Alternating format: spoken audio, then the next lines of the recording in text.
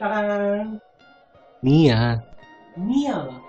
டேய், உனக்காக எவ்வளவு பெரிய எஃபெக்ட்லாம் போட்டு வந்திருக்கேன். சரி போய் தொலை. மீரா பத்தி சொல்லு. மீரா, ஏய் ஒரு நிமிஷம். கதையை சொல்லும்போது சும்மா இந்த மாதிரி சப்பையா சொல்லாம அப்படியே ஃபீலோட சொல்லு. மீரா சின்ன வயசுலேருந்தே சேம் ஸ்ட்ரீட் தான், பக்கத்து பக்கத்து வீடு. பார்க்குறதுக்கு அப்படியே சைனீஸ் பேபி மாதிரி இருப்பாள். சில குழந்தைங்கள்லாம் தூக்கி வச்சுட்டு கொஞ்சணும்னு தோணும்ல, அந்த மாதிரி அவ்வளோ அழகாக இருப்பாள். டெய்லியும் எங்கள் ஸ்ட்ரீட்டில் தான் கிரிக்கெட் விளாடுவோம். அதுதான் என் வேலையே. 10th ரிசல்ட் சாக்லேட் கொடுக்கறதுக்காக மீராவோட வீட்டுக்கு போயிருந்தேன். மீரோட அம்மா கிட்ட நல்லா பேசுவாங்க. அப்போல்லாம் கூட மீரா மேலே எந்த ஒரு ஃபீலும் வந்தது கிடையாது. அப்புறம் 12th படிக்கும்போது மார்னிங் ஒரு 7 இருக்கும். ஃபர்ஸ்ட் டைம் மீராவை சாரியில் பார்த்தேன்.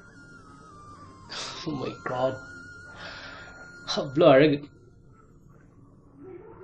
அந்த நிமிஷம் மீராவை லவ் பண்ண ஆரம்பிச்சிட்டேன். நல்ல நேரம் வந்தால் கூடவே கெட்ட நேரம் வரும்னு சொல்லுவாங்க. அப்படிதான் 12th படிக்கும்போது வீடு ஷிஃப்ட் பண்ணிட்டேன். பக்கத்தில் தான், ஒரு 2 ஸ்ட்ரீட் தள்ளி. அப்புறம் காலேஜ் ஜாயின் பண்ணியாச்சு. ஸ்டார்டிங்கில் மோஸ்ட்லி பஸ்ஸில் தான் போயிட்டுருந்தேன். அப்போ தான் மீராவை பார்த்தேன். சேம் காலேஜ் தான். அவங்க அப்பா தான் வந்து டெய்லியும் ட்ராப் பண்ணிட்டு போவார். வேறு வேறு டிபார்ட்மெண்ட், ஸோ அதிகமாக பேசிக்க முடியாது. பாரு, செமஸ்டர் எக்ஸாம் டைமில் மறுபடியும் அவளை பார்த்தேன். ப்ராஜெக்ட் விஷயமாக ஜெராக்ஸ் எல்லாம் எடுத்துகிட்டு என் பைக்கில் நின்றுட்டுருந்தேன். மீரா பஸ்க்காக நின்றுட்டுருந்தா. அந்த நேரம் ஷேர் ஆட்டோ தான் வந்துச்சு. அதுவும் க்ரௌடாக வந்ததுனால போகாமல் நின்றுட்டா. சடனாக அவள் முன்னாடி போய் நின்னேன். ஒரு 10 செகண்ட் என்னை பார்த்துட்டு லைட்டாக ஒரு சிரிப்பு சிரிச்சா. என்ன அவளுக்கு நல்லா தெரியுன்றது அந்த சிரிப்புலேயே தெரிஞ்சிச்சு. அப்புறம் அவளுக்கு லிஃப்ட் கொடுத்துட்டு அவங்க வீட்டில் கொண்டு போய் இறக்கி விட்டேன். அப்புறம் என்ன, மெல்ல மெல்ல பழக ஆரம்பித்தோம்.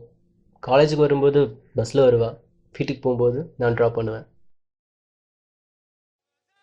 எனக்கு கவிதை எழுதுறதுன்னா ரொம்ப பிடிக்கும். ஒரு நாள் நைட்டை அவளுக்கு ஒரு கவிதை அனுப்பினேன். இரவும் உறவும் ஒன்றாகி மனதை வருடும் மெல்லிய முத்தத்தை என் கனவில் தருவாய் என்று உறங்குகிறேன். ஒவ்வொரு தடவையும் நான் கவிதை எழுதும்போது பயந்துட்டே தான் அனுப்புவேன். ஆனால் அவள் கேஷுவலாக தான் எடுத்துப்பாள். நல்லா தானே போயிட்டு இருக்கு. அப்புறம் என்ன? அவளோட அப்பா கால் பண்ணார். மீராவை பார்க்க மாப்பிள்ளை வீட்டிலேருந்து வந்திருக்காங்க, நீயும் வான்னு கூப்பிட்டாரு. என்னோடய லைஃப்னு யார் நினச்சேனோ அவள் எனக்கு இல்லைன்னு ஆயிடுச்சு. அதுக்கப்புறம் நான் எங்கேயும் போகிறதில்ல. தண்ணி, சிகரெட்னு எல்லாத்தையும் கையில் தொட்டேன். ஒரு நாள்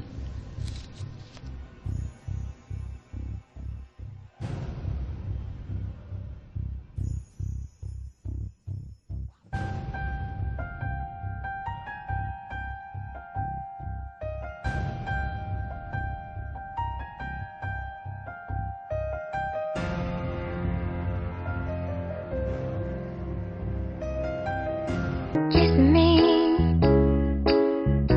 close your eyes, miss me. Close your eyes and kiss me.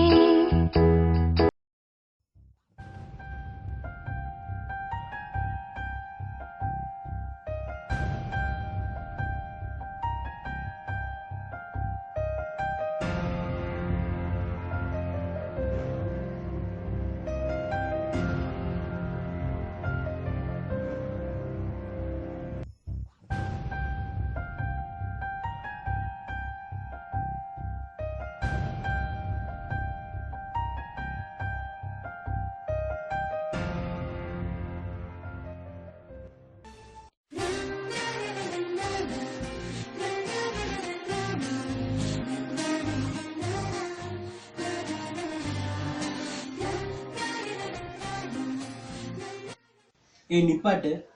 சோகமாக போனேன், அப்புறம் சந்தோஷமாக வந்தேன். எப்படி? வெயிட், நான் சொல்கிறேன். மீரா தான் கால் பண்ணா. அவளை பார்க்க வர சொன்னான். போய் பார்த்தேன். கல்யாணத்தில் இன்ட்ரெஸ்ட் இல்லை, ஸோ அதனால் கல்யாணத்தை நிறுத்திட்டேன்னு சொன்னான். இப்போ புரியுதா நான் ஏன் சந்தோஷப்பட்டேன்னு? தம்பி, லவ் பண்ணுறது முக்கியம் இல்லை, லவ்வை கரெக்டான டைமில் சொல்லணும், அதுதான் முக்கியம். பெரிய இதே முரளி நினைப்பு. சொன்னேனே, லவ்வை சொன்னேனே. இதுக்கு அவள் என்ன பண்ண தெரியுமா? ஓப்பனாக சொல்கிறேன், ஐ லவ் யூ. கஷ்டமா? அவள் என்கிட்ட இன்னும் சரியாக பேசுறதில்ல. என் காதலை இன்னும் அவள் ஏற்றுக்கல. 6 மாதம் ஆச்சு. ஒரு ஏரியாவில் தான் இருக்கும். ஒரு கால் கூட இன்னும் அவன் எனக்கு பண்ணல. Kiss me. Close your eyes and miss me.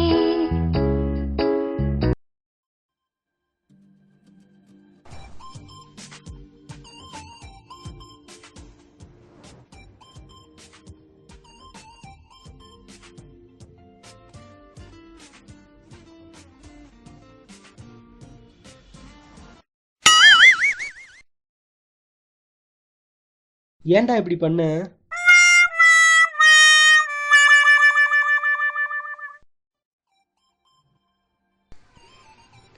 அவன் பண்ண வேலைக்கு இவன் என்ன பண்ண போறான்னு தெரியலையே.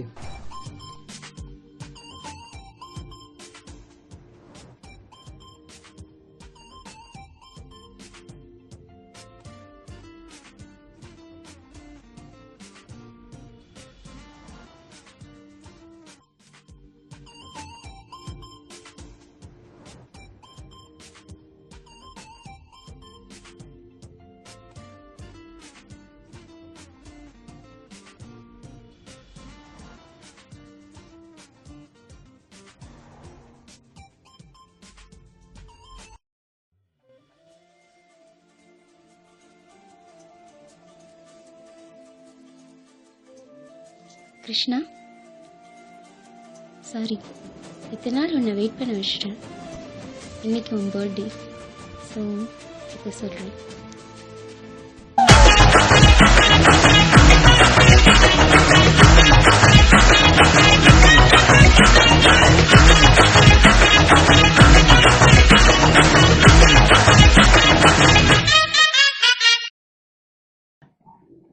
அடப்பாவி, லவ் செட் ஆச்சுன்னா மனசாட்சியாக இருந்தால் கூட மதிக்க மாட்டேன் போலயே. என்னம்மா இப்படி பண்ணுறீங்களேம்மா?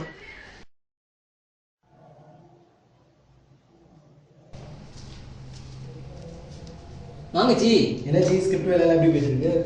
முடிச்சிட்டேன் G. Super G, super G. என்ன எழுதுறீங்க? சொல்லுங்க, என்ன ஓப்பன்? ஓப்பன் பண்ணா உங்கள் மனசாட்சி உங்கள் முன்னாடி வந்து நிற்கிது.